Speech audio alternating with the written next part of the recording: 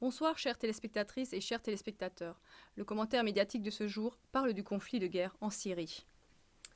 L'ONU nous annonce qu'1 million d'enfants ont été obligés de prendre la fuite et que c'est une honte de ne pas apaiser les souffrances de ces petits.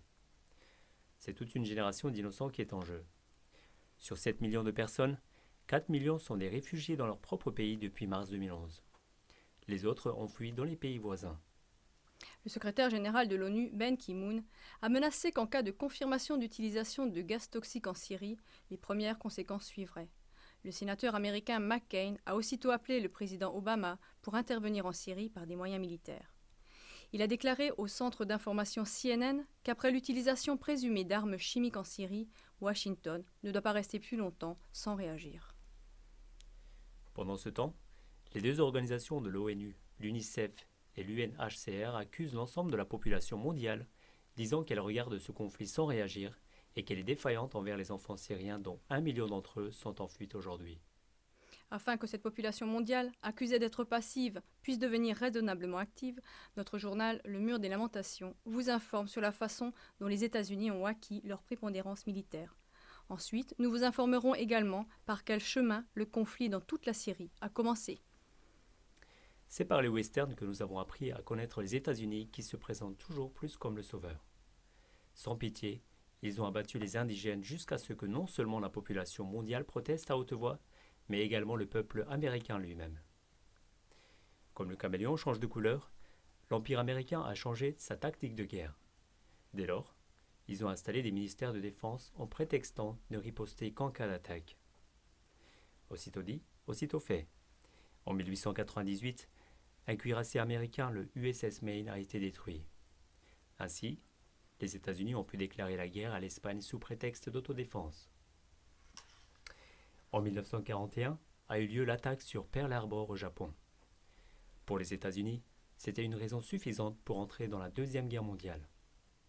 Au plus tard, depuis la chute des deux tours le 11 septembre, et encore davantage depuis l'absence d'arsenal massif de destruction qui a conduit au bombardement injuste de l'Irak, au moins une partie de la population mondiale a vu clair, à savoir qu'il y a toutes sortes d'attaques qui ont été insinuées pour fabriquer des raisons pour faire la guerre.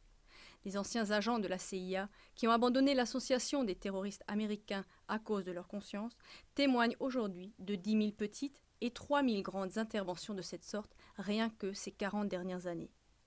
Voyez les films et les rapports qui sont mentionnés dans les sources à la fin de notre journal.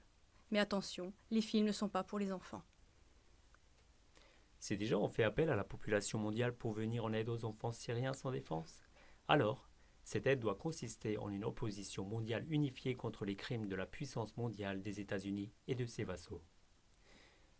Il est bon de rappeler qu'il est prouvé que les combattants de l'armée libre syriens sont majoritairement des mercenaires et des combattants isolés des pays voisins. Ils ne sont ni de Damas ni d'Alep, comme les médias l'affirment. Ce sont des groupes d'opposants pro-occidentaux et qui sont financés par les États-Unis. Leur quartier général est installé à la base aérienne de l'OTAN à Incirlik. En un mot, ce sont des terroristes financés par les États-Unis qui attaquent l'ensemble des tiers-mondes et qui mettent le chaos aussi longtemps jusqu'à ce que les États-Unis revêtent leur troisième couleur de caméléon puissent faire des guerres humanitaires. C'est-à-dire qu'ils apparaissent comme le sauveur des nations, alors qu'ils continuent tout simplement à faire les anciennes guerres de massacre. John Stockwell, qui a quitté la CIA, témoigne dans son expertise sur la CIA concernant le corps des Marines et des guerres secrètes américaines. Dans le milieu des années 80, j'ai parlé du terme « Troisième Guerre mondiale » parce qu'à travers mes recherches, j'ai vu qu'avec nos activités de la CIA, nous n'avons pas attaqué l'Union soviétique, écoutez bien ce qui suit, mais nous avons attaqué les gens dans le tiers-monde. Et je vais vous dire ce que cette Troisième Guerre mondiale signifie. Je crois qu'au fond, c'est la guerre mondiale la plus sanglante de l'histoire. Nous avons entrepris des opérations dans chaque coin du monde.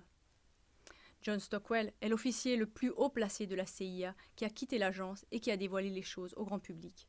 Il a également dirigé une patrouille d'éclaireurs dans la guerre secrète de la CIA en Angola de 1975 à 1976. Prenez aussi en compte d'autres témoignages d'anciens agents de la CIA. Aujourd'hui, les films chargés dans notre rubrique Informations non censurées contiennent 2 témoignages importants de ce genre. Ils nous dévoilent que les États-Unis, avec leur combine de guerre humanitaire qu'ils mènent, ne sont pas encore arrivés au but souhaité. Car, depuis longtemps, ce même caméléon a adopté secrètement sa quatrième couleur menaçante. Depuis que plus en plus d'agents haut placés de la CIA déposent leurs témoignages, le gouvernement des États-Unis essaie de faire porter à la CIA toute la responsabilité pour les guerres. En cela, ils sont maîtres. Mais, en ce qui concerne le droit international, il n'est même pas permis de prendre en considération un tel déchargement de culpabilité, pas plus que l'impunité des parents qui soutiennent leurs enfants mineurs alors que ceux-ci commettent librement des attaques terroristes. Et en fin de compte, on rappelle que les provocations de guerre des États-Unis, comme le sénateur américain McCain vient de le faire envers le président Obama d'après la Chine et la Russie, c'est une provocation directe pour une nouvelle guerre mondiale.